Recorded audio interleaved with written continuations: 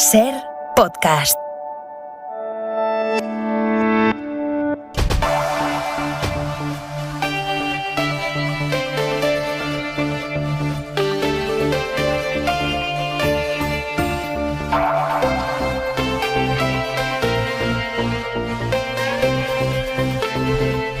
La masacre en Ucrania ha llegado hoy a unas cotas de atrocidad y sadismo difícilmente superables. Han bombardeado un hospital materno-infantil en Mariupol, que ha quedado completamente destruido. Este es el sonido de cómo caminan los servicios de rescate por los escombros. Los vídeos los ha difundido el presidente ucraniano Zelensky. Asegura que hay niños bajo los escombros. Todavía no hay un cómputo concreto de heridos o de víctimas. Ucrania asegura que desde que empezó la invasión en esa ciudad, en Mariupol, han muerto 1.170 personas. Según Cruz Roja, esa ciudad está en situación catastrófica. ¿Por qué Rusia tiene semejante fijación con arrasar Mariupol hasta que ya no quede nada? Porque es una ciudad portuaria, está al sudeste del país. Si Rusia se hiciera con el control de ella, Ucrania perdería buena parte del acceso al Mar Negro. Esta tarde le han preguntado en el Congreso a Margarita Robles, la ministra de Defensa, cuánto calcula ella, por la información que tiene como máxima responsable también del CNI, cuánto calcula ella que va a durar la guerra, que van a poder resistir los ucranianos con los medios que tienen. Quizá entre 10 y 4 semanas más.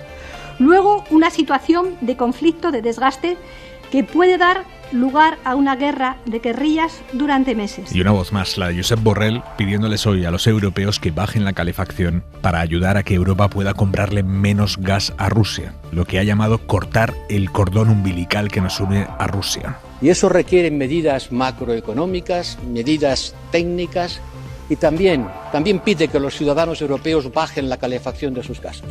También pide que todo el mundo haga un esfuerzo individual en recortar el consumo de gas, igual que recortamos el consumo de agua cuando hay sequía e igual que cuando nos ponemos una máscara para combatir el virus. Lo vamos a analizar todo esta noche con Enric Juliana, director adjunto de La Vanguardia. Enric, buenas noches. Muy buenas noches. Isabel Morillo, periodista del Confidencial. ¿Cómo estás, Morillo? ¿Qué tal? Muy buenas. Y el escritor y ensayista Daniel Bernabé. ¿Qué tal? Buenas noches. El día en 2 minutos. Marina Fernández. El día oficial, el primer día oficial ya de Alberto Núñez Feijóo como candidato a presidir el PP después de presentar más de 55.000 avales, enseñando músculo. Con 100 apoyos le bastaba. Ni me gusta ni tampoco creo que los españoles esperen de nosotros la prolongación de las formas que hemos visto en la política nacional desde hace tiempo. Percibo hartazgo por la frivolidad y por el egocentrismo. Ha asegurado en rueda de prensa desde Génova lo que ha evitado es aclarar si el partido va a abrir una investigación por el supuesto espionaje a Díaz Ayuso.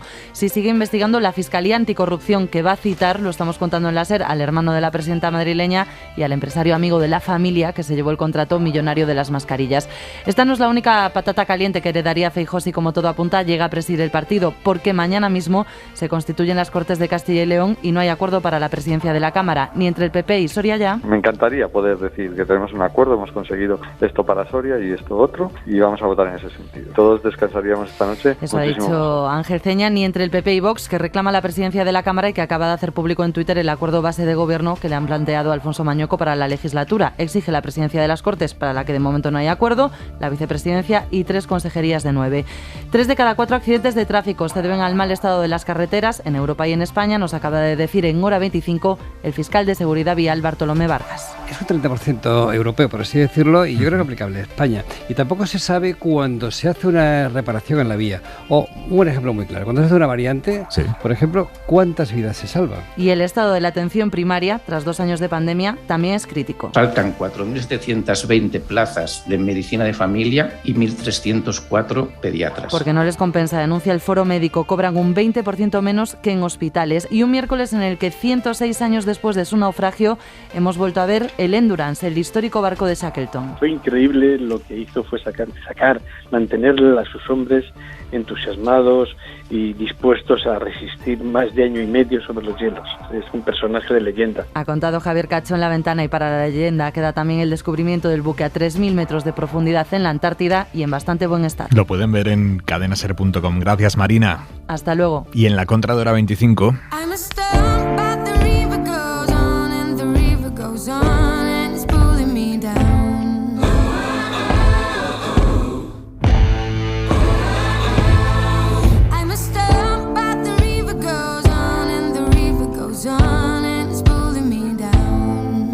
Manuel Javois, buenas noches.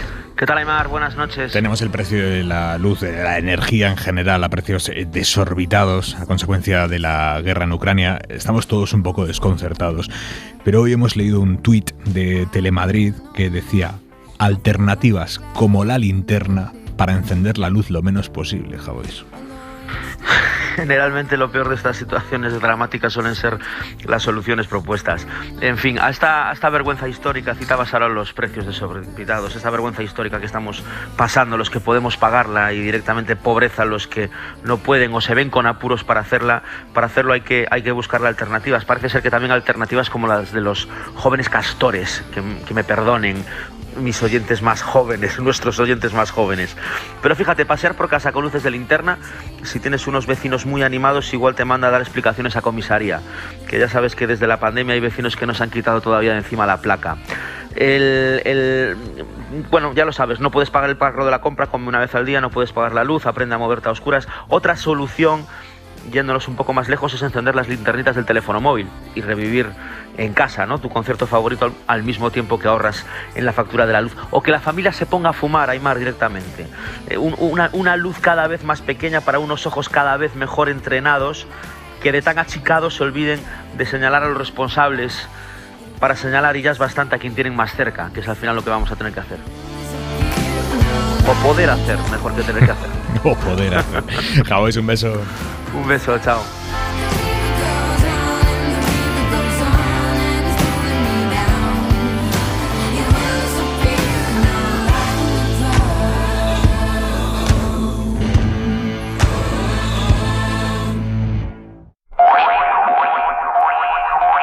Vamos a hablar esta noche del gas, que lo condiciona todo en esta crisis. Pero antes vamos con una de las claves más inquietantes de este nuevo día de guerra, que es Chernóbil, la central nuclear que se ha quedado sin luz. Los ucranianos dicen que la han cortado los rusos dicen que la han cortado los ucranianos. En cualquier caso, ahora no hay luz, no llega la electricidad a la central nuclear de Chernóbil. Esa central tiene 4 reactores. Está el que explotó en el 86, que está cubierto ahora mismo por un sarcófago enorme para que de ahí no salga nada de radiación. Y luego están los otros 3 reactores que siguieron funcionando, pero llegaban apagados 20 años. Ahora bien, a pesar de que llevan apagados 20 años, tienen piscinas llenas de material muy radioactivo, que está muy, muy caliente, incluso 20 años después, y la electricidad es necesaria para enfriar esas piscinas, porque no se puede dejar que ese material se caliente. Vamos a analizar ahora qué ocurre allí en Chernóbil. Pero es que hace unos minutos el Organismo Internacional de la Energía Atómica ha perdido repentinamente la transmisión con los sistemas de seguridad de otra central, la central nuclear de Zaporilla, que es la más grande de Ucrania, la tercera más grande del mundo.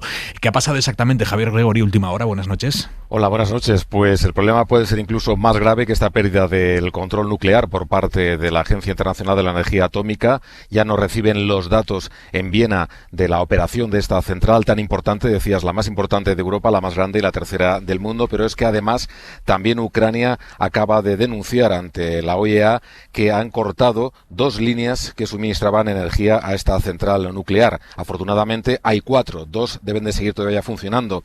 Y esto es preocupante porque Zaporilla, a diferencia de Chernóbil, como muy bien decías, allí en Zaporilla sí que hay 2 reactores atómicos ahora en funcionamiento, uno de ellos incluso al 100% de su capacidad.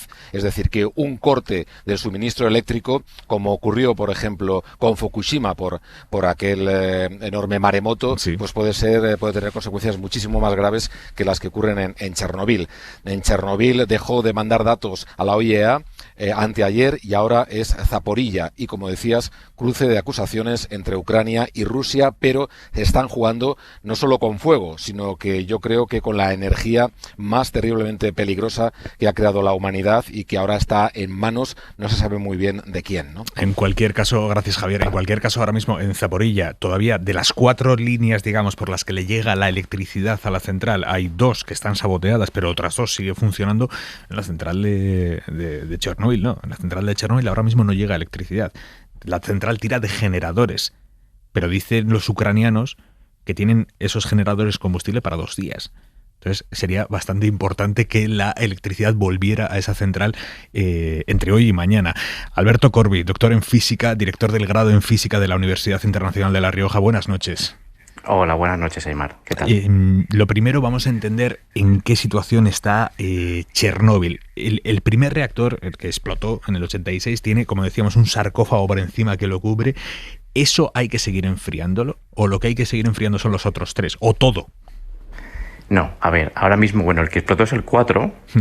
Este 4 tiene no solamente un sarcófago, sino que tiene 2. El segundo se terminó de poner hace muy poquito, de hecho aún sigue como en pruebas, aunque cómo se puede poner un sarcófago en pruebas, pero sí está en pruebas, pero bueno, funciona muy bien. Y los otros 3 están en lo que se llama estado de desmantelamiento. Es decir, cuando se desmantela una central nuclear, por lo primero que se empieza es por eliminar el combustible. Estrictamente hablando, yo no sé en qué estado se encuentra el desmantelamiento, pero sí que sé por experiencia, por ejemplo, aquí en la central de José Cabrera, en Zorita, que por lo primero que se empieza una central nuclear es precisamente por el combustible, por sacar el combustible. Entonces, lo más probable es que la empresa pública ucraniana, creo que es Atomenergon o algo así se llama, Energoatom, perdón. Lo más probable es que entre 2015, que es cuando se empezó el desmantelamiento del último reactor, ya haya sacado todo el combustible y esté almacenado en alguno de los 15 cementerios nucleares que tiene Ucrania destinados para ello.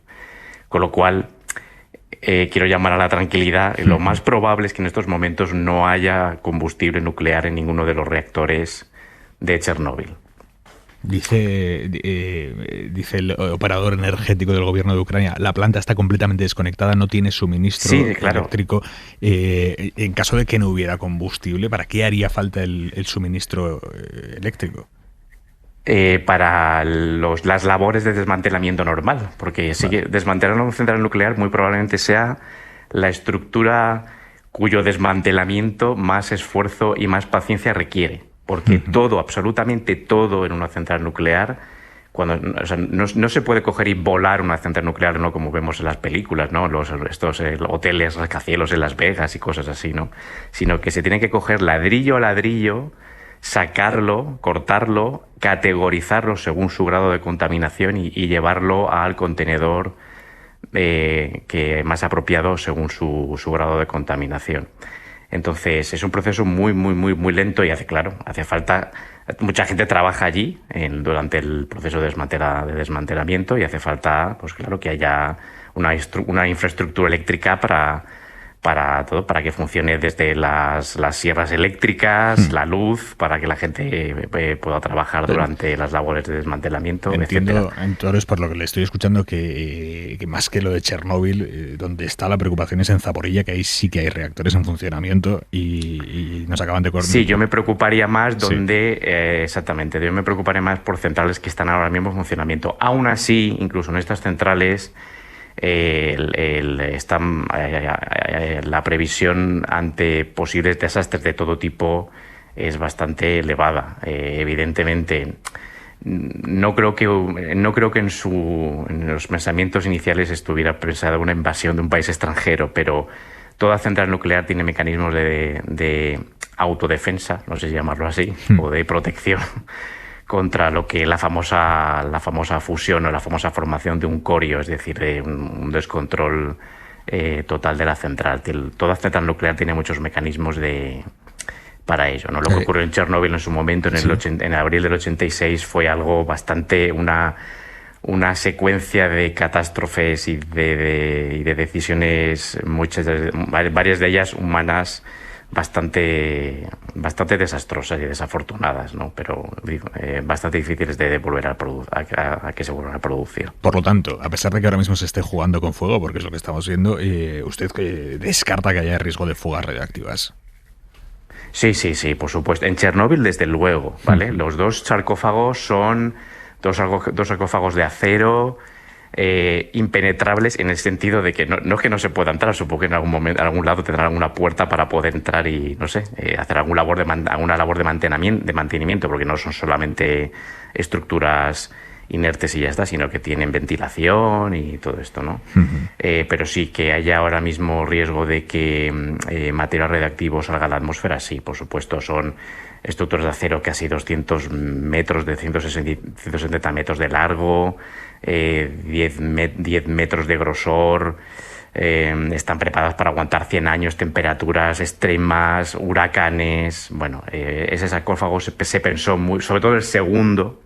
El primero sí que fue algo bastante rápido y quizás algo improvisado por las circunstancias, pero el segundo se pensó muy bien, se diseñó durante 10 años y llevó un montón de años también ponerlo en su sitio. Y como digo, creo que las labores de testeo final y de lo que es el dejarlo ya como llave en mano, sí, acontecieron hace pocos meses.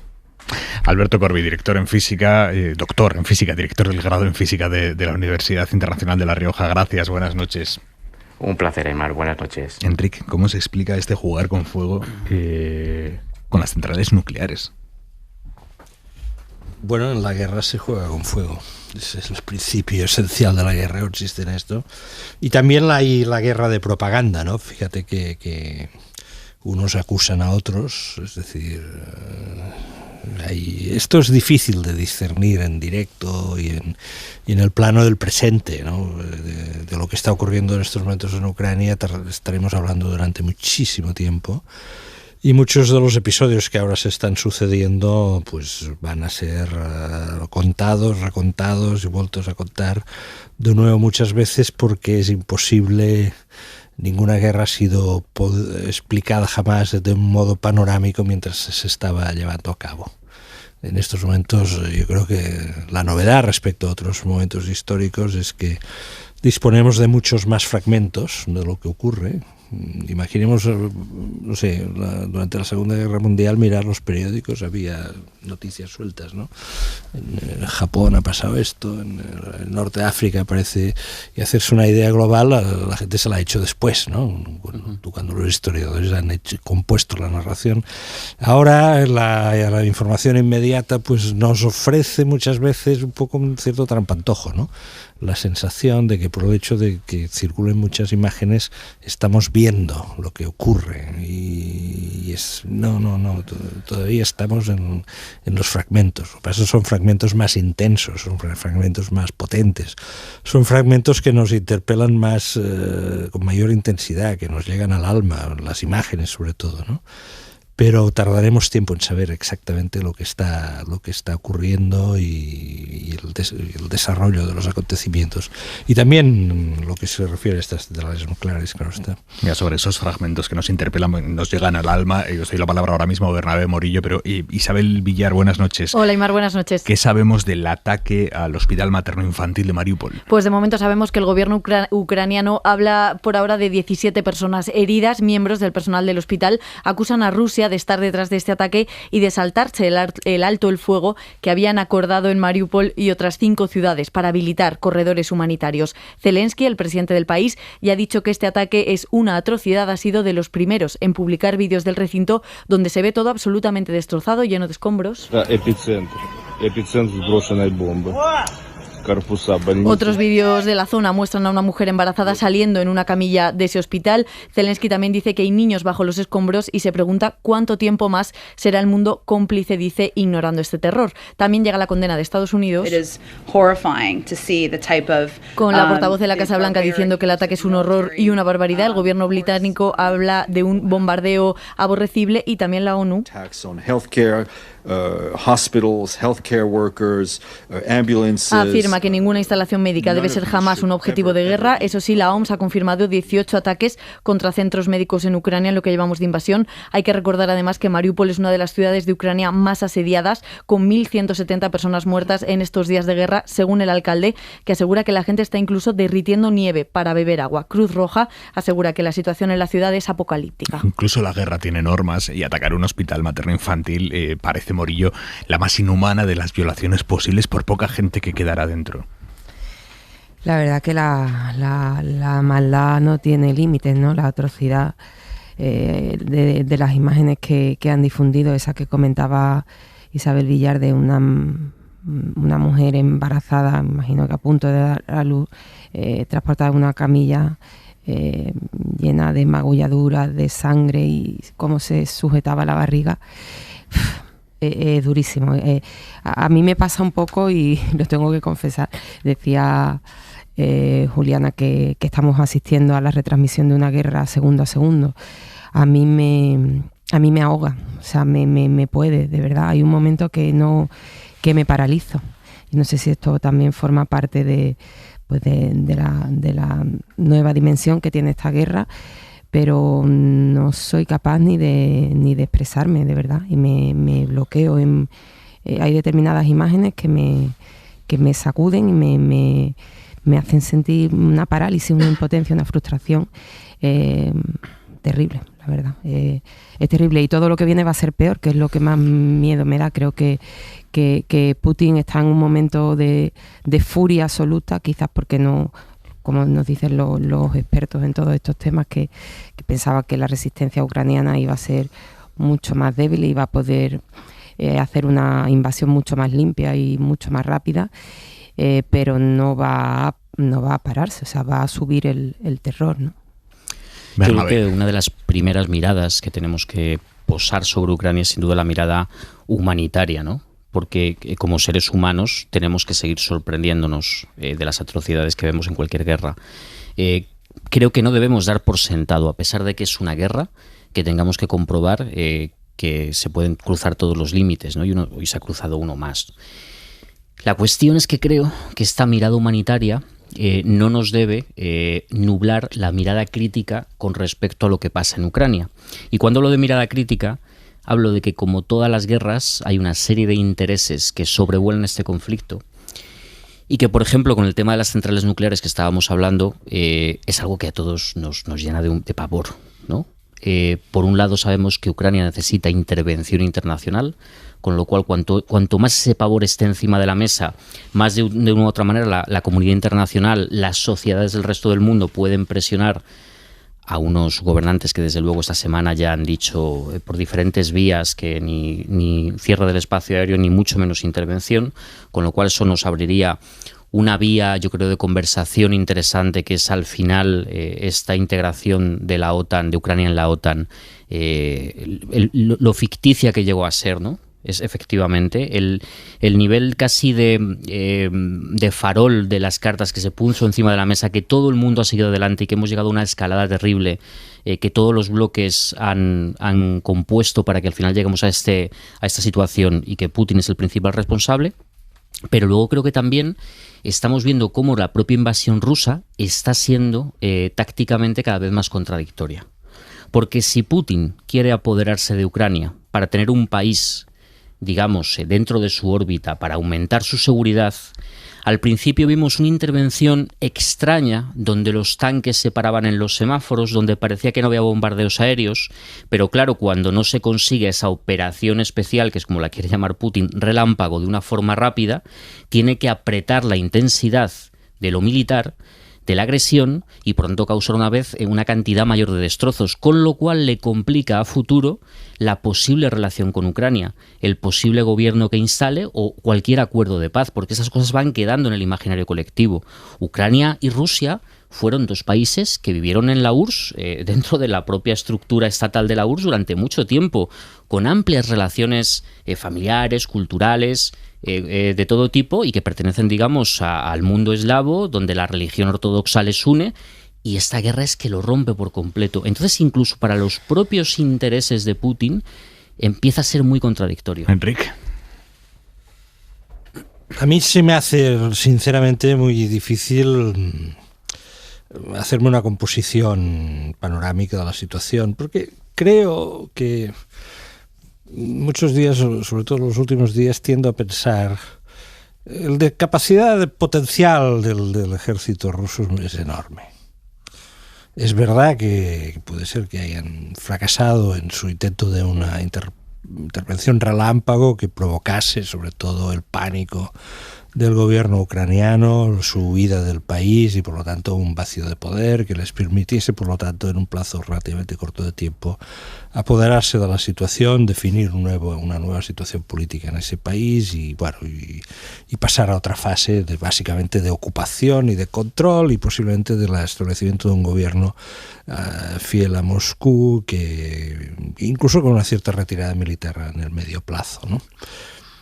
Y la resistencia efectivamente ha sido mayor. Ahora bien, tengo también la sensación de que ellos no han puesto en marcha toda la maquinaria, porque es verdad, se están comportando de una forma absolutamente brutal, y eso hay que repetirlo, pero idiotas tampoco lo son, y saben que no, o sea, que el límite, que todo tiene un límite también para ellos en estos momentos. Por lo tanto, creo que la propia situación de resistencia es la que ralentiza al ejército ruso, porque ellos saben que una despliegue todavía más brutal de la fuerza puede ser perjudicial para ellos, porque también la respuesta de Occidente ha sido quizá seguramente más vigorosa. Esto es importante porque acabamos de salir, sigue todavía vigente una discusión muy viva que en España ha cobrado mucha intensidad, y yo creo que alguien equivocadamente lo ha querido situar en el centro del debate público español, que es la cuestión del envío de armas. Yo me he manifestado y lo he escrito así a favor del envío de armas a Ucrania por una razón. Primero, por una razón moral. Ellos han decidido resistir, y es obligación moral y política de los europeos ayudarles. Y dos, porque en la medida que esa resistencia se lleve a cabo, es posible que la parábola final de la situación sea distinta. Es decir, la idea de que resistir es una inutilidad, pues me parece en estos momentos absurda. Que se lo hubiesen dicho a los partisanos italianos o los partisanos franceses, que no tenían que resistir, que se estaban enfrentando a un ejército 1000 o 10.000 veces superior a ellos. Que se lo hubiesen dicho en el año 44, en el año 43, que no tenían que resistir. Morillo.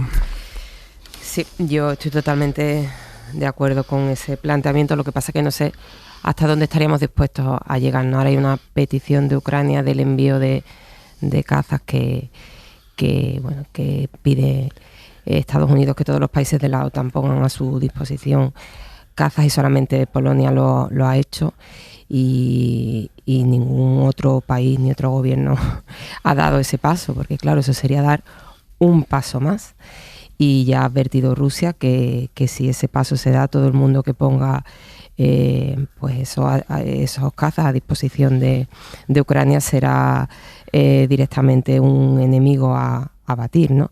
Es muy complicado. Mira, sobre países amenazados por Rusia, tenemos una noticia de última hora de esta noche. Griselda Pastor, ¿cómo estás? Buenas noches. Hola, muy buenas noches. Suecia y Finlandia son dos países a los que Rusia ya ha amenazado en caso de que se unan a la OTAN. Esos dos países han pedido a sus socios europeos que se comprometan a defenderlos en caso de un ataque ruso. Según esta noticia, la ha adelantado el diario El País, nosotros la hemos confirmado en la SER, las primeras ministras de los dos países han escrito una carta al presidente del Consejo Europeo, a Charles Michel, pidiendo que en la cumbre que se empieza a celebrar mañana en Versalles se aborde el compromiso de los 27 con la defensa mutua de los Estados miembros, que es una cosa que ya está recogida en el Tratado de la Unión, pero insisten en que se aborde para reforzarlo, digamos. Sí, Magdalena Andersson y Sanna Marin firman esta carta. Es muy corta, tiene solo 2 párrafos y se refiere al artículo 42.7. No piden su activación, lo que sí piden es que se deje claro en esta reunión en Versalles que ser miembro de la Unión es sinónimo de una fuente de seguridad, porque así lo establece ese artículo, que hay la obligación mutua de ayudar en caso de que sea necesario. Ellos no utilizan en ningún momento la palabra ataque, hablan de coyuntura complicada. Recuerdan que esta es una defensa complementaria a la de la Alianza Atlántica. Sabéis que ambos países no forman miembro de la no son miembros de la OTAN, pero que han participado en todas las últimas reuniones y que en ellos ha aumentado muchísimo, superando el 50% los partidarios hoy de ingresar en la Alianza Atlántica. Bueno, los dos países tienen elecciones. Suecia va a ser el primero este septiembre, en Finlandia el año que viene. Los dos países tienen gobiernos socialdemócratas.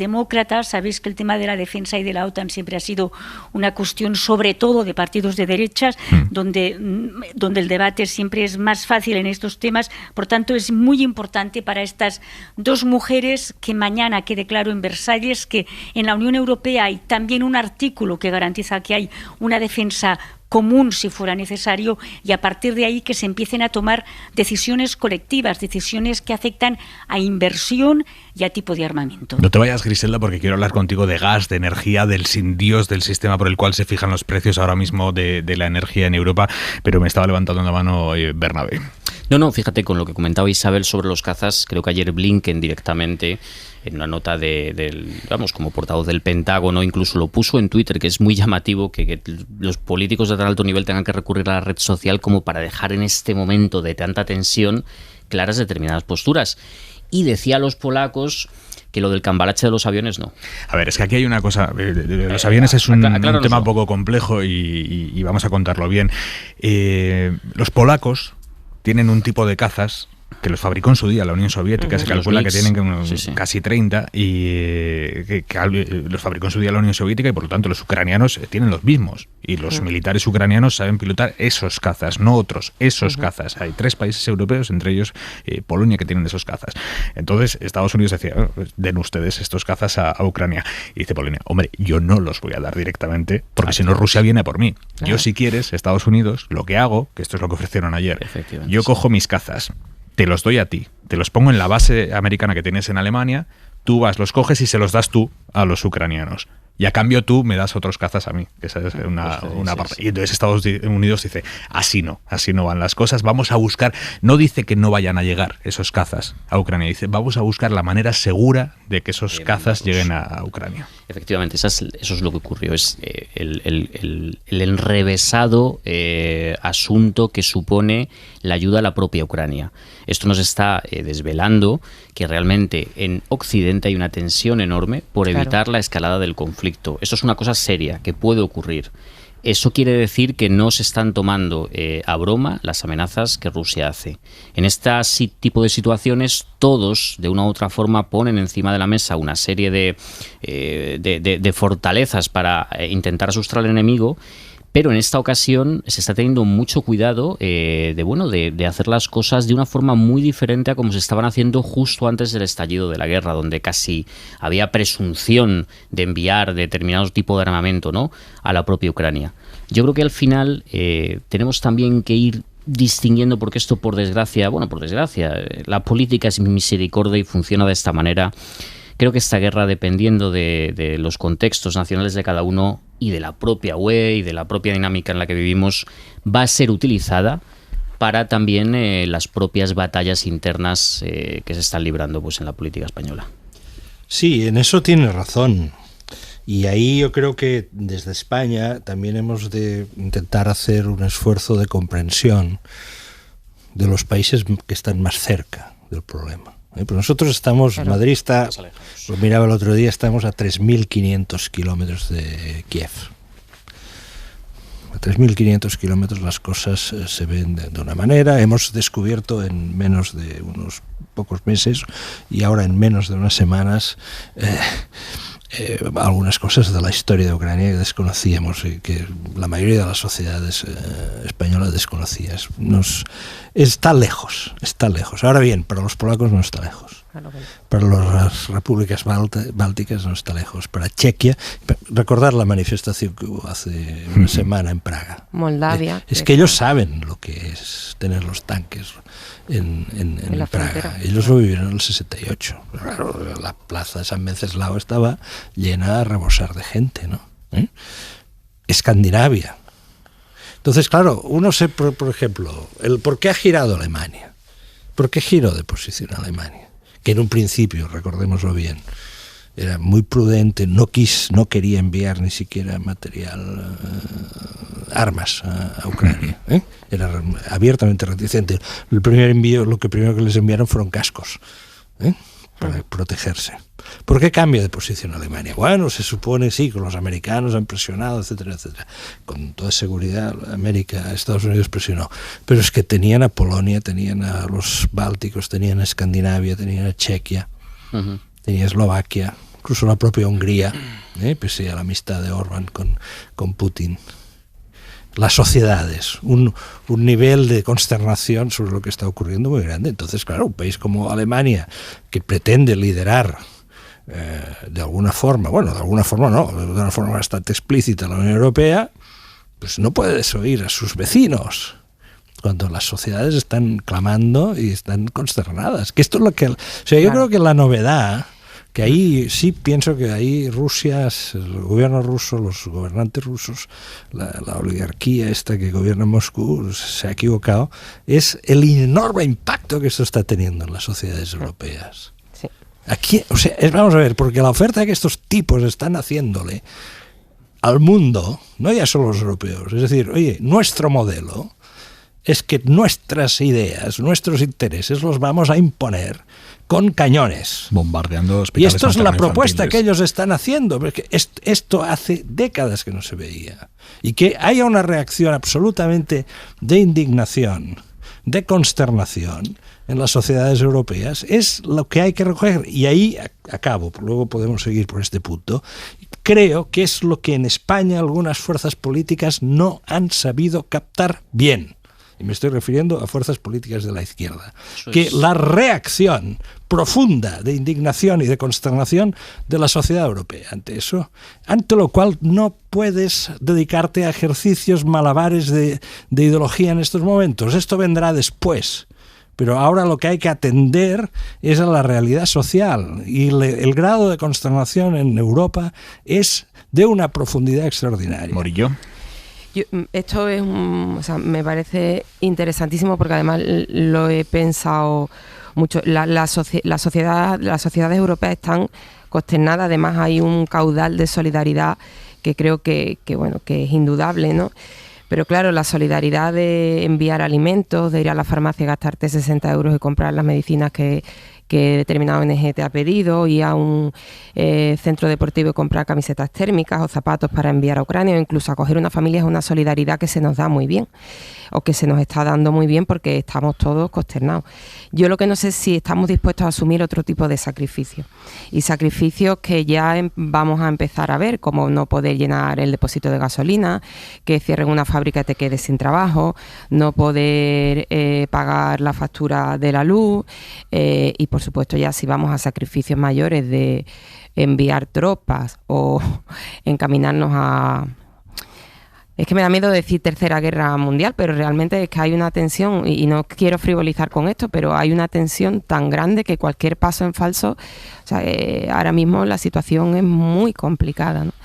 Y no sé si ese tipo de sacrificios ya en lo económico, la devastación de la economía, de una gran recesión. Mira, sobre sacrificios, uno concreto que ha pedido hoy la Unión Europea a través de su alto representante para la política exterior, Josep Borrell, ha pedido a los europeos que para que podamos, digamos, ir desenganchándonos energéticamente de Rusia, los europeos, en España no lo estamos tanto ni de lejos, pero a nivel europeo sí, para que podamos ir desenganchándonos energéticamente de Rusia, gasísticamente de Rusia, que pongamos un poco menos la calefacción o un poco más baja. Griselda Pastor, estás ahí, ¿verdad? Griselda, sigues ahí. Sí, aquí estoy escuchando.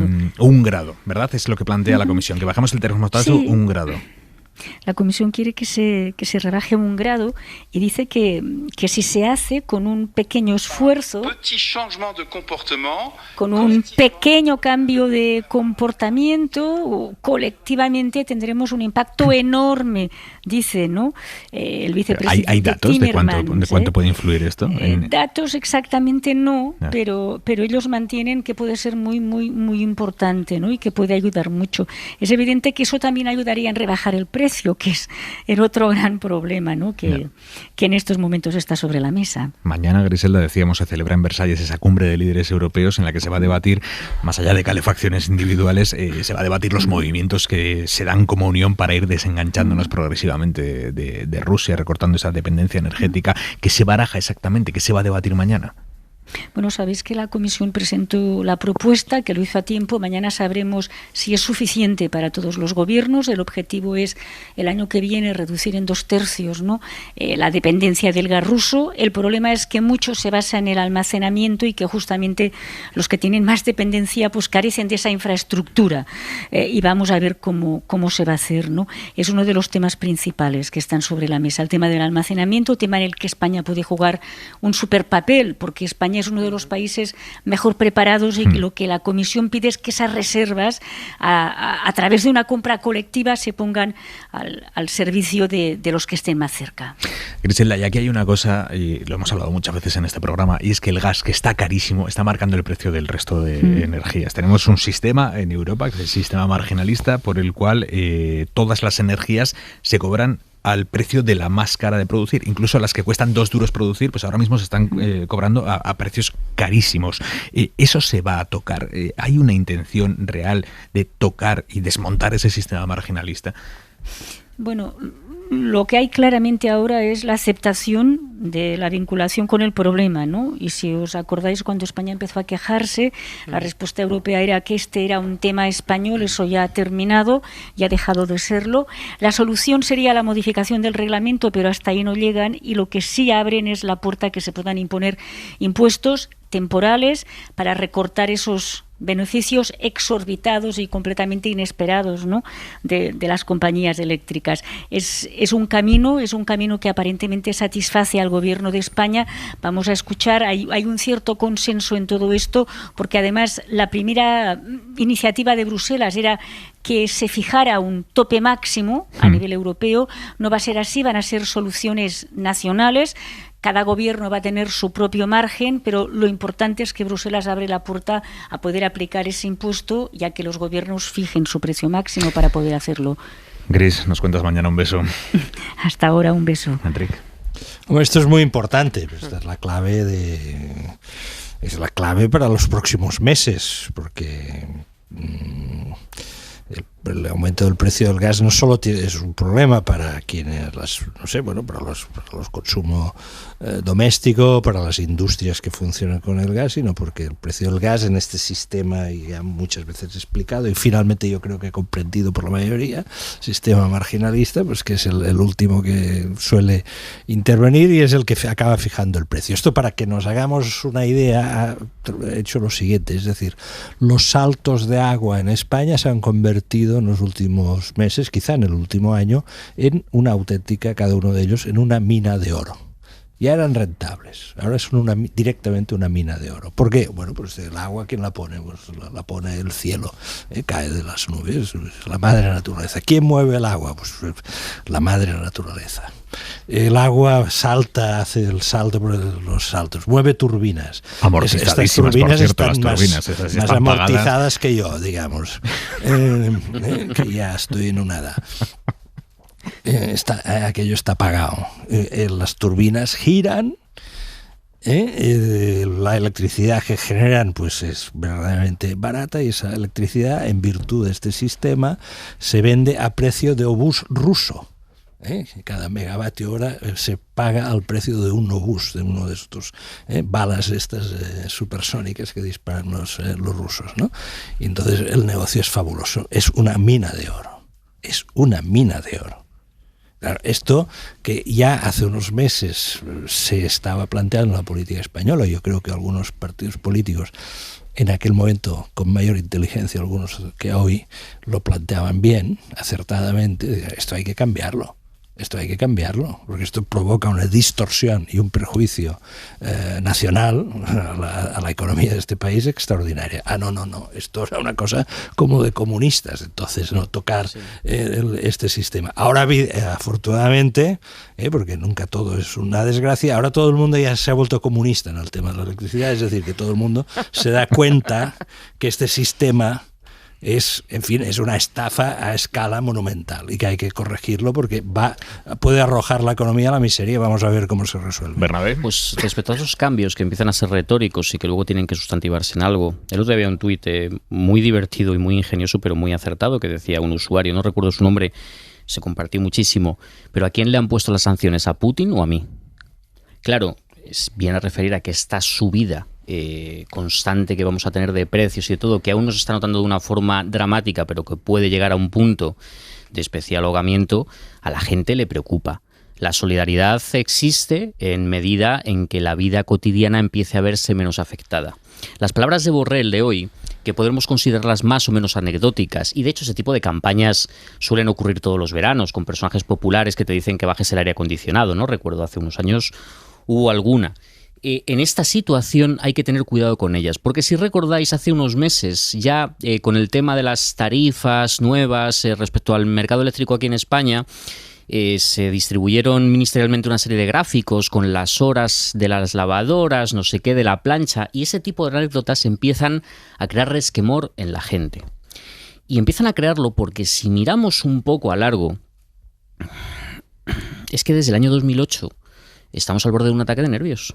Es que desde el año 2008 sobre todo en este país y en el sur de Europa, hemos ido viviendo episodio tras episodio, y cada vez que parecía que volvíamos a una senda de tranquilidad y de normalidad, aparece otro episodio nuevo. Hay un momento en que creo que la Unión Europea, tal y como ya se intuyó en la anterior crisis del coronavirus, debe empezar a tener en cuenta que los modelos neoliberales son estratégicamente ineficientes y que en situaciones de extrema volatilidad como la que tenemos, dejar al arbitrio del mercado determinadas cuestiones que son tanto estratégicas como necesarias para la vida cotidiana es poner un sistema de relojería en una bomba social. De momento esto no está ocurriendo, de momento no parece que vaya a ocurrir, pero puede suceder.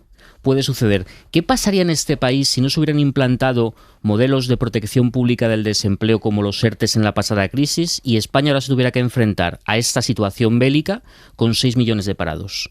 Esos son el tipo de reflexiones por las que creo que además la izquierda española tiene que apostar en esta situación, sobre todo políticas que vaya a poder llevar a cabo efectivamente, porque al final las otras cuestiones yo no niego ni la legitimidad de hacerlas ni que estén ahí, pero fácticamente no se va a conseguir nada. Es decir, no tenemos ni siquiera la fuerza en España, todo el conjunto de fuerzas políticas, económicas y sociales de detener la guerra. Bueno, pues la izquierda, por sí sola, que tampoco lo va a tener que hacer, por supuesto que puede apostar en el ámbito discursivo, por un discurso internacionalista y pacifista, pero en el ámbito fáctico, desde mi punto de vista, donde se tiene que centrar es en aprovechar, y lo digo claramente, esta situación para introducir una serie de cambios tales como tuvieron lugar en la Europa de hace 80 años. Precisamente los modelos de protección pública y modelos, hablo de la Europa capitalista y de Estados Unidos, modelos fuertemente intervenidos por el Estado, tuvieron lugar en la Segunda Guerra Mundial y a partir de la Segunda Guerra Mundial. Momentos en los que es imprescindible que la economía no quede, pues eso, en lo que es el caos de mercado. Mira, sobre el descontento social, en todos los grupos de WhatsApp de amigos, de familias, hoy se ha hablado con escándalo de lo que se encuentra uno cuando va a llenar el depósito al surtidor, la gasolina y el diésel por las nubes, como nunca. La del 95 está de media a 1,82 € el litro. Esto no se había visto nunca en Radio Meizoso. La gasolina del 95 cuesta de media 1,82 €, aunque hay gasolineras en que puede verse ya a más de 2. La media ha subido 22 céntimos desde el ataque a Ucrania. El gasóleo cuesta 1,77 € y ha subido 29 céntimos. En un año han subido un 40 y un 50% respectivamente. 52 céntimos el litro de gasolina, 59 el de gasóleo, muy por encima de los 33 céntimos que ha subido el litro de petróleo en ese mismo plazo. Inés Cardenal, de la patronal petrolera AOP, explica que el precio de venta al público se vincula a los mercados internacionales de los carburantes, no del crudo. Los precios de la gasolina y el gasóleo en el surtidor efectivamente están recogiendo en cada momento las cotizaciones internacionales de sus precios al por mayor. Y además hay que recordar que en el surtidor casi la mitad del precio de los carburantes son impuestos. Es decir, nos cobran en cualquier punto de España en función de lo que pagaría en ese momento cualquier cliente internacional. La gasolina puede ser, Morillo, uno de los factores más sensibles a la hora de detonar ese descontento social. Hombre, claro, es que no puedes llenar el depósito entero. Hay chistes, la verdad que es para reírse. Hay un chiste buenísimo. Dice, llévate el niño a echar gasolina por si hay que dejarlo en depósito. Hombre, que si no nos reímos es muy triste, ¿eh? Es que llena el depósito, antes eran 80 € y ahora con 60 se te queda la agujita a la mitad y bajando. O sea, es muy fuerte. Claro, es que esto es lo que yo decía, cuando empecemos a ver en nuestra vida diaria el coste, y el sacrificio, esto ya no sé si vamos a ser tan solidarios y vamos a estar tan consternados, que yo espero que sí, que demos la talla, pero que esto es muy complicado. Y sobre lo de la luz, es que si en este momento de ofensiva rusa total España no consigue lo que lleva pidiendo desde hace ya meses, y es que el precio del gas no condicione el precio de la luz, tú lo contaste muy bien, lo de pagar pollo a precio de solomillo, pues sinceramente, si no lo conseguimos ahora, y ya ha dicho Griselda Pastor, que por ahí no van las cosas, que el reglamento no va a cambiar, pues es que es básico que haya otro tipo de subasta del mercado eléctrico, porque al final el gas lo está condicionando todo, ¿no? Hay otro chiste que circula estos días, ¿no? Uno que va a la gasolinera, mira los precios, está mirando, se acerca al empleado, le dice, le lleno el depósito, y responde, no, solo estoy mirando. No habéis visto a riesgo de convertir esto en el club de la comedia, el de Abundio, que vendió el coche para comprar gasolina. Bueno, pues en este caso se ve que tenía razón. Bueno, hoy hemos escuchado cómo el PP o quienes gobiernan el PP en estas semanas de travesía precongreso han planteado ya hoy a las claras en el Congreso de los Diputados la guerra como un argumento de oposición. Carolina Gómez. Indignado Pedro Sánchez como pocas veces después de que Cuca Gamarra, en su estreno preguntando al presidente del Gobierno en la sesión de control, le acusara de usar la guerra como excusa para justificar la inflación. Ya le conocemos. Usted es el presidente de las 1000 coartadas. Primero utilizó la pandemia y hoy nos ha quedado claro que está usted dispuesto a utilizar la guerra. Ya lo que me faltaba por escuchar es que yo estoy utilizando la guerra. ¿Para qué, señora Gamarra? ¿Para qué estoy utilizando la guerra? ¿Para qué he utilizado la pandemia, señoría? Un poco de respeto. Un respeto, señoría, al Gobierno de España, que se está enfrentando, en primer lugar, una pandemia y ahora mismo una guerra, precisamente sin el apoyo del principal partido de la oposición, como siempre. El Partido Popular dice que ese enfado del Gobierno es postureo y que tergiversan sus palabras para ocultar la división interna. Moncloa considera que ese tono de Gamarra evidencia que el PP de Feijóo es el mismo de siempre y pide una rectificación ante una actitud intolerable que tampoco sorprende a algunos socios como Rufián. Ha hecho unas declaraciones la portavoz del Partido Popular hoy inadmisibles. Indignas. Bienvenidos a la nueva centralidad del Partido Popular. Esa interinidad en el Partido Popular trata de aprovechar la Vox, que llama a la movilización en las calles contra la subida de los precios de la energía. Hoy Abascal estaba en la sesión de control pese a que no le tocaba preguntar al presidente, algo que no suele hacer. ¿Cabía esperar, Morillo, que la guerra quedara al margen de la gresca política en España o era algo imposible? A mí me ha sorprendido lo pronto que el PP ha utilizado ese argumento, y además me parece que las palabras de la portavoz de la señora Gamarra han sido muy gruesas, ¿no? Incluso creo que ella misma después ha tenido oportunidad en una charla en los pasillos del Congreso de matizarlas, o yo al menos he sentido que no había, que estaba incómoda con lo que había dicho. Muchas veces quizás se dicen cosas que, oídas y reflexionadas, te das cuenta de la barbaridad que suponen, ¿no? Porque, hombre, acusar al gobierno de estar utilizando la guerra me parece muy fuerte, y no me lo esperaba del PP tan pronto. Vamos, yo no digo, ya no nos podemos sorprender de nada, pero en estos momentos no. ¿Esto es poscasadismo o prefeijóismo? Es la cuestión que hay que ver, ¿no? Es decir, lo mismo. No. Ya. Pueden ser sustancias distintas, ¿no? Sí. Son los últimos restos de serie de una estrategia que teóricamente tendría que ser revisada por la nueva presidencia del Partido Popular, o es el prólogo de la nueva presidencia. Creo que ahí hay que interrogarse seriamente sobre ello, ¿no? Porque los primeros compases de Alberto Núñez Feijóo han sido los de, dijo, yo no vengo a insultar, yo vengo a ganar, ¿no? Bueno, pues vamos a ver cómo esa partitura se desarrolla. Esto lo ha dicho hoy en la rueda de prensa tras presentar 55.000 avales en una demostración de poderío interno, porque son muchísimos más de los que le exige la normativa. Hacía falta 100, él ha presentado 55.000, es un aquí estoy yo, en toda regla. Y en la primera rueda de prensa, en la sede nacional de Génova, ha expuesto su teoría de que, una teoría que en el fondo tiene bastante de enmienda a esa etapa de Casado, su teoría de que hay un hartazgo social respecto a la política estridente y que él viene a vociferar menos. Mariela Rubio, buenas noches. ¿Qué tal? Buenas noches, Aimar. Una nueva política seria, moderada, serena, con nuevas formas, distintas a las vistas en los últimos años. Una alternativa sólida, solvente, de confianza y de mayorías.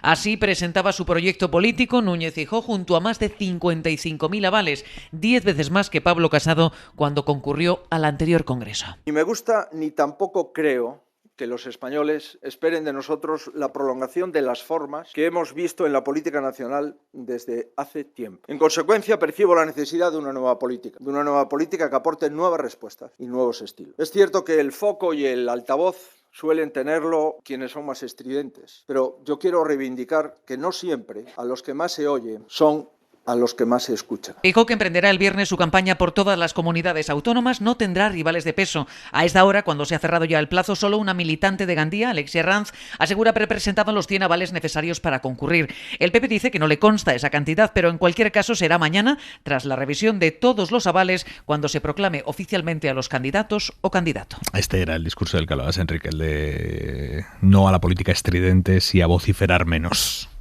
Bueno, entonces lo que hay que ver es si la excursión de Cuca Gamarra esta mañana corresponde a ese itinerario, ¿no? Bernabé. Ojo con las retóricas. Es decir, somos quienes la historia nos permite ser. Es decir, nosotros pretendemos tener una forma de una misión casi algunas veces, una serie de principios, pero al final el contexto nos sitúa donde podemos situarnos. Y todo esto lo digo porque resulta que con la crisis del PP, a todos, incluso a mí, yo recuerdo que hubo un momento que al fin los últimos días sentía casi una especie de cercanía con Pablo Casado, porque fue tan duro todo aquello que humanamente pues uno, claro, se siente conmocionado incluso por tal ola de destrucción, ¿no? Pero hay que recordar que Casado llega al PP diciendo que es un partido que tiene que acabar con sus complejos y enganchar con la España de las banderas y los balcones. Es decir, Casado es el producto del aznarismo contra una serie de PPs que, según la rama más radical del partido, tenían que ser expulsados para poder llegar a un punto en el que, digamos, una suerte de restauración reaccionaria se diera en España. ¿Cuál es la cuestión que tiene Casado?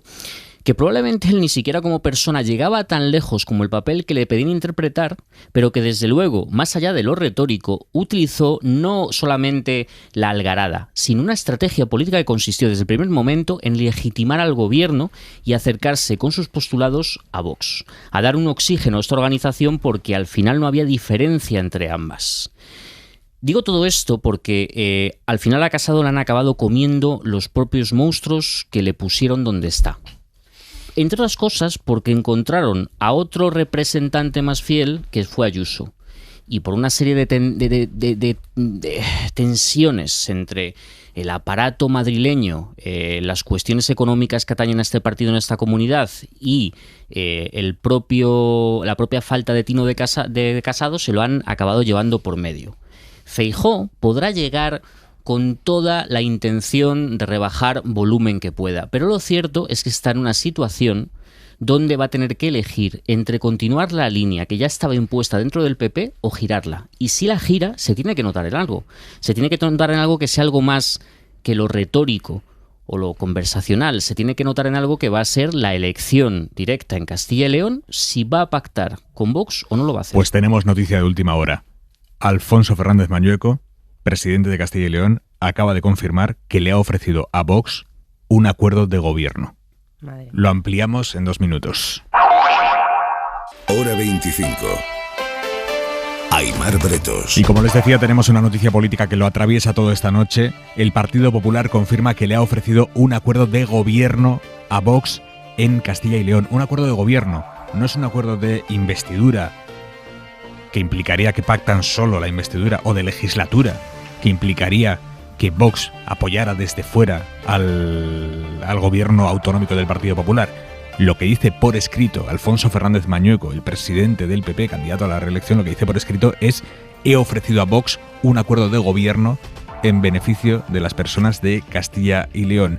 Al parecer, a esta hora, no hay acuerdo entre PP y Vox sobre la conformación de ese gobierno, la conformación interna de ese gobierno. Estamos recabando todos los datos, lo vamos a ampliar ahora, lo vamos a analizar esta noche con Daniel Bernabé, con Enrique Juliana y con Isabel Morillo, pero antes, Marina, vamos a empezar a cerrar este miércoles 9 de marzo. A unas horas del encuentro a más alto nivel entre Ucrania y Rusia desde la invasión, pero Moscú enfría las expectativas sobre esa reunión de los dos ministros de Exteriores. Lavrov ya está en Turquía, pero su delegación, la delegación rusa, asegura que no van a hacer ninguna concesión, que no van a moverse de su postura, según la agencia rusa RIA. Mientras Zelensky acaba de acusar a Rusia de crímenes de guerra. ¿Qué clase de país ataca a un hospital como el materno-infantil de Mariupol? Dice en un vídeo que acaba de publicar en redes sociales el presidente ucraniano. Según la CNN, horas antes del bombardeo, Rusia había acusado a Ucrania de vaciar el hospital y establecer allí tropas de combate, pero en las imágenes se ve cómo son evacuados algunos pacientes. En Versalles, en Francia, se reúnen mañana los jefes de gobierno de los 27, una cumbre informal en la que, entre otros asuntos, van a abordar qué medidas adoptar para controlar los precios de la energía. Ahí va a estar Pedro Sánchez, que antes visita con el ministro Escrivá un centro de la Comunidad de Madrid que ya acoge a algunos refugiados ucranianos. En total, ahora mismo hay unas 12.000 plazas disponibles, según el gobierno, que ha agilizado además los trámites para que los ucranianos puedan pedir sus permisos de residencia y de trabajo. Ana Terradillos, buenas noches. ¿Qué tal? Buenas noches. Sí, a partir de este jueves los desplazados en España podrán solicitar y acceder de forma muy sencilla a la protección temporal. Se podrá solicitar en comisarías específicas de la Policía Nacional en toda España y también en centros de recepción que ya han sido habilitados por el Ministerio del Interior. La solicitud va a ser tramitada por la Oficina de Asilo y Refugio y va a ser resuelta en un máximo de 24 horas. En esa resolución se incluirá la autorización de residencia y también la autorización de trabajo para el caso de los mayores de edad. Ojo, porque la protección temporal podría ser denegada en el caso de que se compruebe que el solicitante tiene algún tipo de antecedente penal. Gracias, Terradillos. El tiempo, la ropa para mañana. Jordi Carbó, buenas noches. Buenas noches. Ropa para la lluvia en la mitad norte. Mejor para afrontar una tarde suave en el sur, donde el sol va a lucir durante muchas más horas. De hecho, la próxima noche la lluvia se irá desplazando por el Cantábrico y Castilla y León, sobre todo hacia el norte, con lluvias, algunas tormentas incluso descargando con intensidad. Y mañana estas precipitaciones alcanzarán Navarra y los Pirineos con nieve a partir de los 1.500 metros. Temperaturas sin grandes cambios, con algo más de viento, más sensación de frío. Carbó, creo que vienes con lo que pueden ser buenas noticias para la sequía a medio plazo, por lo menos. Sí, estamos mirando mapas a partir del fin de semana y de principios de la semana que viene y la cosa pinta bien porque todo apunta a que varias borrascas van a afectar al conjunto de la península y podría traer lluvia no localizada sino generalizada y en muchos casos persistente e intensa.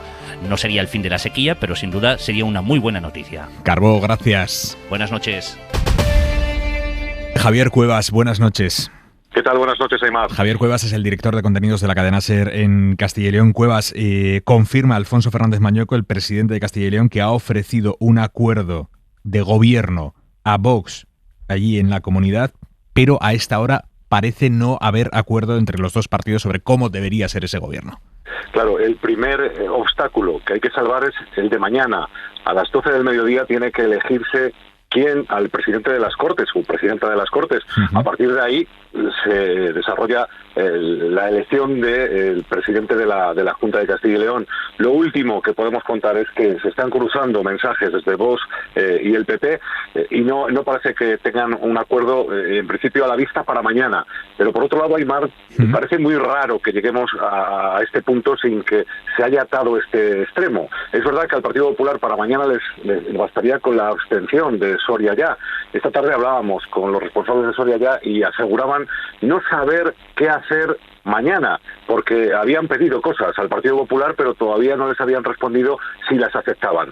A mí me parece muy raro, de verdad, que lleguemos a la votación de mañana sin que esto se haya atado, pero ahora mismo, a esta hora de la noche, lo que parece que es evidente es que no hay un acuerdo formalmente establecido entre el partido de Abascal y el partido de Alfonso Fernández Mañueco en Castilla y León. A pesar de ese mensaje que ha escrito Alfonso Fernández Mañueco que dice así: entiendo la democracia desde el diálogo, no desde la imposición. He ofrecido a Vox un acuerdo de gobierno en beneficio de las personas de Castilla y León. Desde nuestra posición inicial hemos cedido para propiciar el entendimiento. Vox no se ha movido nada. Seguimos ofreciendo un acuerdo donde Castilla y León gane.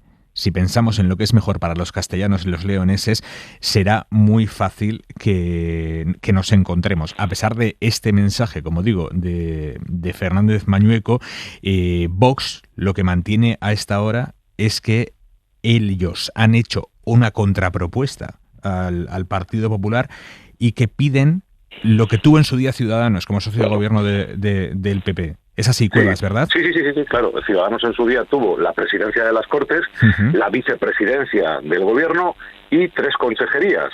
Vox dice que, al haber obtenido un resultado muy similar al que obtuvo en su momento Ciudadanos, quieren lo mismo, que sus votantes no son menos que los de Ciudadanos y que, por lo tanto, con menos no se conforman.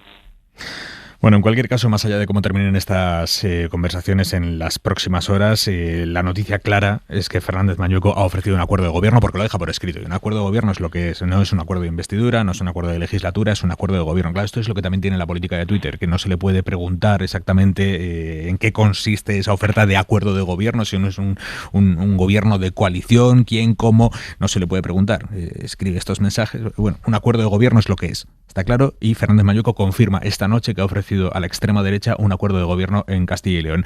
Y a partir de ahí escribe Francisco Igea, por cierto, el ex socio del Partido Popular, Francisco Igea, líder de Ciudadanos, de lo que queda de Ciudadanos en Castilla y León, escribe, le dice a Mañueco: te equivocaste al convocar elecciones, te equivocaste al no dialogar en serio con el PSOE después del resultado, no te equivoques más. Esta comunidad no puede permitirse el extremismo ni la inestabilidad. Es hora de grandes acuerdos, los vamos a necesitar. Cuevas, nos cuentas mañana. Desde luego, un abrazo, Iván. Un abrazo. Enric, tu lectura. Pues mi lectura es la siguiente. En plena crisis de Ucrania, con un enfrentamiento político, ideológico, moral, ante el autoritarismo ruso por parte de las sociedades y de los gobiernos europeos, la derecha española le ofrece un acuerdo de gobierno a un partido que forma parte del círculo de amigos de Putin en Europa para gobernar la región más extensa, no solo de España, sino de Europa, en términos de superficie. La región más extensa de Europa se pasará a ser gobernada por una fuerza política que forma parte del círculo de amigos de Vladimir Putin en Europa. Supongo que en el cuartel general de la OTAN, en la Comisión Europea y en otras instancias internacionales, mañana, si esta noticia se confirma, tomarán nota y en el cuaderno de viaje de Alberto Núñez Feijóo como nuevo líder de la oposición en España, pues ya se están escribiendo los primeros renglones. Morillo. Me desconcierta el mensaje que ha puesto Fernández Mañueco en sus redes, donde efectivamente habla de acuerdo de gobierno, y las palabras son en estos momentos claves, porque no habla efectivamente de un acuerdo de investidura, de un acuerdo programático, de pactar un programa de gobierno, no habla de un acuerdo de gobierno, que es lo que es dar entrada a Vox en el gobierno. No creo que sea inocente escribir un mensaje como ese, y me choca porque hoy Feijóo, en su primera comparecencia en Génova, tras presentar los 50 y tantos mil avales, lo que ha dicho públicamente es que no debería de darse la presidencia de las Cortes a Vox. Mira, vamos a escucharlo, esto es lo que ha dicho Feijóo. Pero entiendo que si un partido ganó y tiene el triple de diputados que otro, parece razonable que sea el que presida la Cámara. Esto es lo que decía Feijóo, Morillo. Efectivamente, y después también ha instado al PSOE a que se abstenga para permitir el gobierno, que no tiene nada que ver con lo que ha escrito Fernández Mañueco, que será esto lo de dejar autonomía a los territorios, ¿no? Vox lo tiene clarísimo, desde hace mucho tiempo. Desde septiembre viene diciendo que quiere entrar en los gobiernos sin ninguna duda. El PP decía, no es verdad, no le interesa, es mucho más fácil estar en la oposición, le estáis comprando un mensaje que no es cierto. Vox quiere entrar en los gobiernos, quiere dar un salto como en su momento dio Ciudadanos, y quiere demostrar que puede gobernar y llevar a cabo un cambio de verdad. Eso es lo que te dicen los dirigentes de Vox, y además van a por todas y no van a titubear, y quieren lo mismo que Ciudadanos. Quieren la presidencia de las Cortes, una vicepresidencia y 3 consejerías. Y si hay que ir a nuevas elecciones en Castilla y León, lo máximo que te dicen desde la cúpula de Vox es que les da un poco de pereza, pero vamos, que no van a evitar unas elecciones, y el PP lo va a tener muy complicado si no ceden sus pretensiones. No digo que le vayan a conceder todo, pero desde luego darle entrada en el gobierno, yo en este momento lo veo una condición irrenunciable para que no haya nuevas elecciones, a no ser que el PSOE se abstenga. Oye, que es otra posibilidad, ¿no? Hay otra posibilidad, que PP y PSOE hablen y haya una abstención por parte del PSOE, que no tienen que formar un gobierno conjunto, que no tiene que haber una gran coalición, pero en algún momento en España tendremos que empezar a hablar de cómo abordar de forma conjunta el trato que se le da a la extrema derecha en este país, y si queremos dar un paso más para evitar que entren o no en los gobiernos, que ya están en las instituciones, y creo que ya han demostrado lo que son capaces de cambiar desde las instituciones. ¿Queremos que cambien de verdad más cosas desde los gobiernos? Bernabé. Bueno, es una oportunidad que tenemos en la que vamos a ver efectivamente qué significa Vox en un órgano de poder ejecutivo y legislando. Esto es lo que al final nos han conducido estos últimos años de normalización y de aceptación de que, bueno, pues un partido de extrema derecha en España pues es algo razonable. No es solamente que llegue gente que dé muchas voces, no es solamente que llegue gente que ponga frases feas de vez en cuando en sus discursos, es gente que tiene un programa definido para retrotraer la democracia española a algo diferente a lo que surgió en el 78. Y yo insisto en esto desde hace mucho tiempo. Esto no es simplemente que sean algo más radicales que el PP. No, es otra cosa. Esto es un plan que se ha trazado desde hace tiempo y poco a poco se empieza a integrar en la sociedad española. Por supuesto que el PSOE y el PP podrían llegar a acuerdos, pero tampoco nos confundamos con las narrativas de las grandes coaliciones. Cuando hay una gran coalición tiene que haber un pacto en políticas de gobierno, y lo que tampoco puede ser al final es que la derecha pretenda gobernar en cualquier sitio donde haya sido la primera fuerza política sin cambiar un ápice precisamente las políticas a ejecutar. Si quiere y necesita los votos del resto de partidos, tendrá que ser a cambio pues de variar una serie de sus políticas, que sería lo normal, porque si no al final estaríamos perpetuamente en manos de un chantaje de la ultraderecha, donde los únicos beneficiados sería, bueno, pues la otra derecha que hay en España. Pero insisto, nos tenemos que ir acordando de cómo ha ido poco a poco todo esto poniéndose encima de la mesa, y en los próximos meses iremos viendo pues bueno, como veíamos ayer claramente al candidato ultraderechista en las elecciones francesas negando directamente por el color de la piel a una ciudadana que pudiera formar parte de su país. Semur preguntaba en la televisión, una chica negra le preguntaba: si usted gana, personas como yo podremos asentarnos aquí en Francia, y el tío con una sonrisa de oreja a oreja le dijo no, y ya está, y se acabó. Semur, el amigo de Putin, que hay que recordarlo, ¿eh? No, yo quiero subrayar eso, es decir, inscribirlo en el momento internacional, en el momento europeo, porque en estos momentos el marco europeo es fundamental. No solo fundamental porque nos vaya a subir el precio de la gasolina, que está subiendo, del gas y de la electricidad, sino porque estamos en un momento político muy grave, muy serio, ¿no? Entonces, estos son fuerzas del eje, son las fuerzas del eje, porque se han coordinado ideológicamente. ¿Qué hacía Víctor Orbán en enero en Madrid? ¿Qué hacía? Vino a tomar un café. ¿Quién es Víctor Orbán? Pues el principal puntal del régimen ruso dentro de la Unión Europea. ¿Qué hacía Víctor Orbán en Madrid? Salvini. Bueno, claro, evidentemente hoy Putin, si te he visto, no me acuerdo. Claro. Aquí nunca nadie ha participado, pero Salvini, el caso más extremo, lo ha visto toda Europa, porque se ha convertido en el ridículo mayor de esta semana. Pues este pájaro, Salvini, un tipo que se hacía fotografías con el rostro de Putin en la Plaza Roja de Moscú, pues se ha ido ahí con el cartelito de ayuda a Ucrania, a la frontera polaca, y por poco no salió por piernas de allí, porque lo pusieron en ridículo. Bueno, este Salvini era el amigo, el que le servía los cafés a todos, ¿no? Son las fuerzas del eje. Entonces, esto es lo que va a entrar en el gobierno de Castilla y León, y esto es lo que hay que debatir políticamente. Y esto es lo que, si me permitís, debería estar en el eje de la discusión política española desde hace unos días, si alguien nos hubiese despistado y hubiese decidido colocar el el acento y el foco en otro punto. Me refiero a algunos despistes políticos e ideológicos por parte de un partido de la izquierda. Me estoy refiriendo a Podemos respecto a la guerra. El punto central es que nos estamos enfrentando a una ofensiva no solo militar rusa en Ucrania, nos estamos enfrentando a una ofensiva ideológica del autoritarismo en Europa. Y lo que hay que hacer es hacer frente a la ofensiva ideológica y política del autoritarismo. Y este ha de ser la prioridad absoluta de los demócratas en toda Europa. Y ante eso no valen piruetas ideológicas, hay que tener una cierta claridad de ideas. Eso, Enrique, es absolutamente cierto, pero déjame que te diga que la Unión Europea ha sido muy laxa con países como Polonia, por ejemplo. Morillo.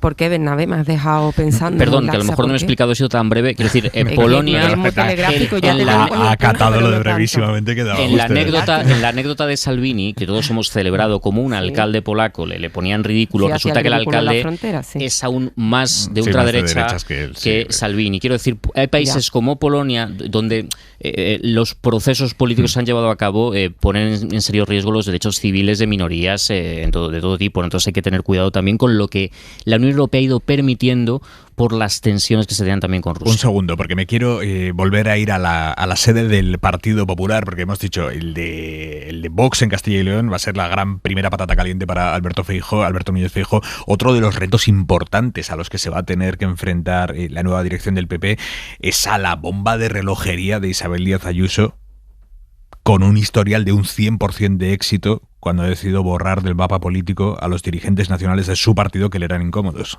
Yo acabo de presentar formalmente mi candidatura, soy el candidato y como comprenderá no me gustaría empezar a decidir lo que le corresponderá decidir al presidente del partido y a su comité. Así ha intentado esquivar hoy Feijóo las preguntas sobre si el PP, cuando él lo lidere, va a investigar o no si hubo un espionaje desde Génova al hermano de Isabel Díaz Ayuso, cosa que sí ha anunciado, esa investigación sí la ha anunciado horas antes Esteban González Pons, que es el organizador del próximo congreso del PP.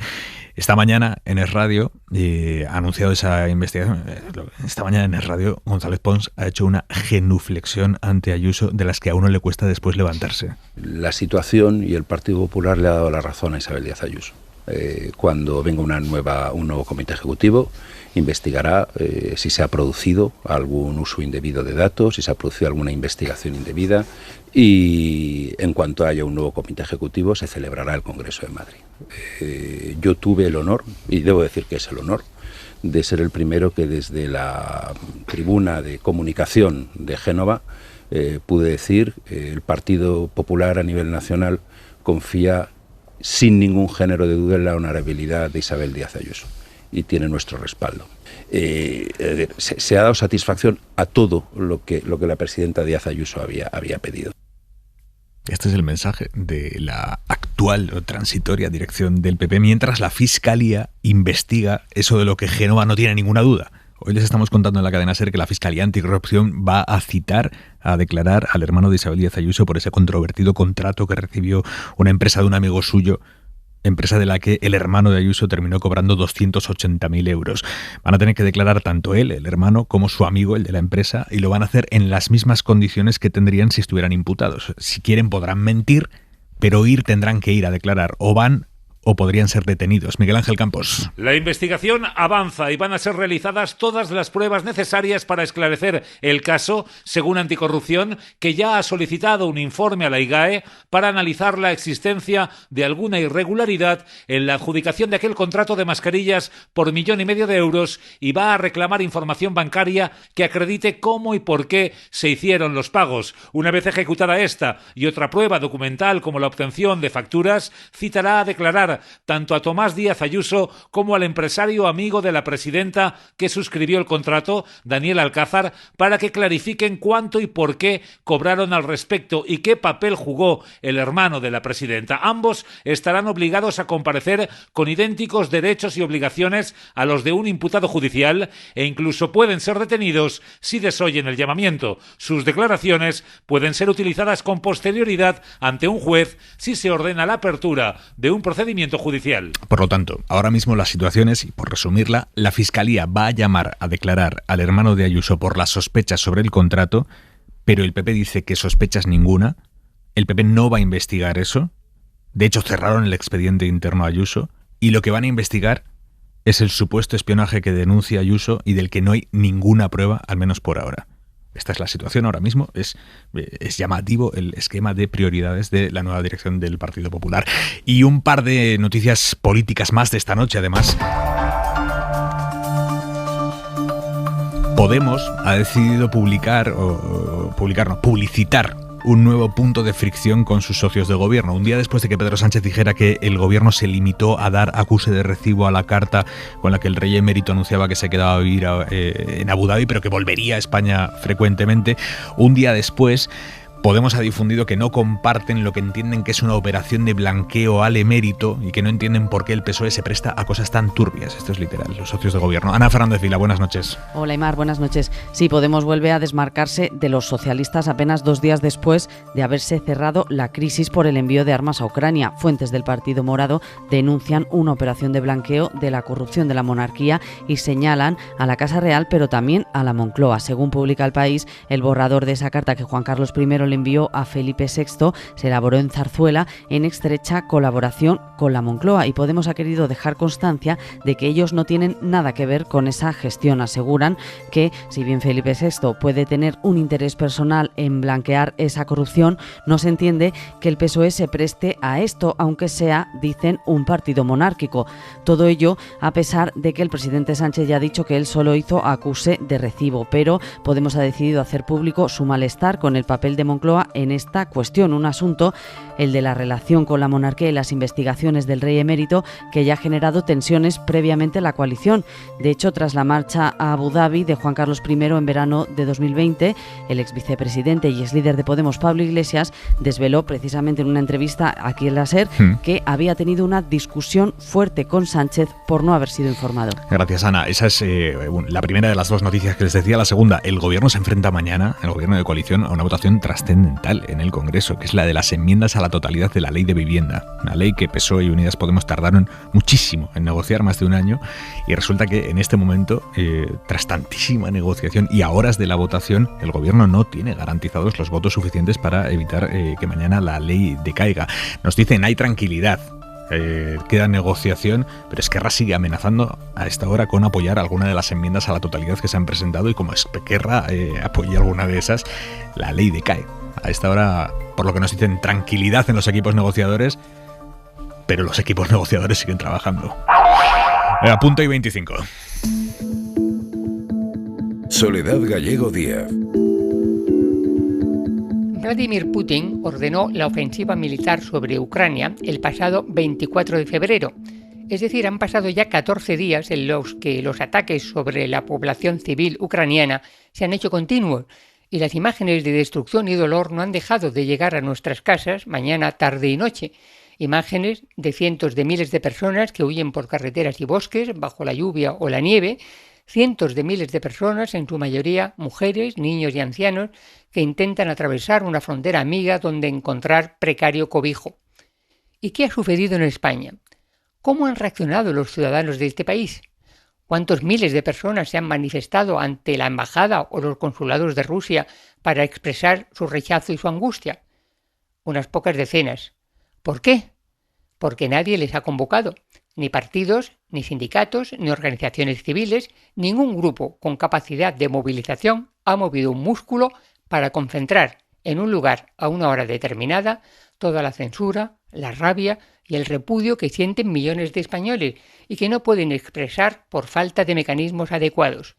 Los españoles deben ser los únicos en toda Europa que no han sido llamados a demostrar en la calle su repulsión por la decisión de Putin de invadir Ucrania. Algo nos pasa. Punto y 25. Señores, cerramos aquí esta gran noche de radio. Es un gusto de noche de radio. Daniel Bernabé, Isabel Morillo, Enrique Juliana, un abrazo a los tres. Un abrazo. Buenas noches. Se quedan con el larguero, con Manu Carreño. Descansen, hasta mañana. Adiós. Suscríbete a Hora 25. Todos los episodios y contenidos adicionales en la app de Cadena SER y en nuestros canales de Apple Podcast, Spotify, iVoox, Google Podcast y YouTube. Escúchanos en directo en la SER de lunes a viernes a las 8 de la tarde. Cadena SER. la radio.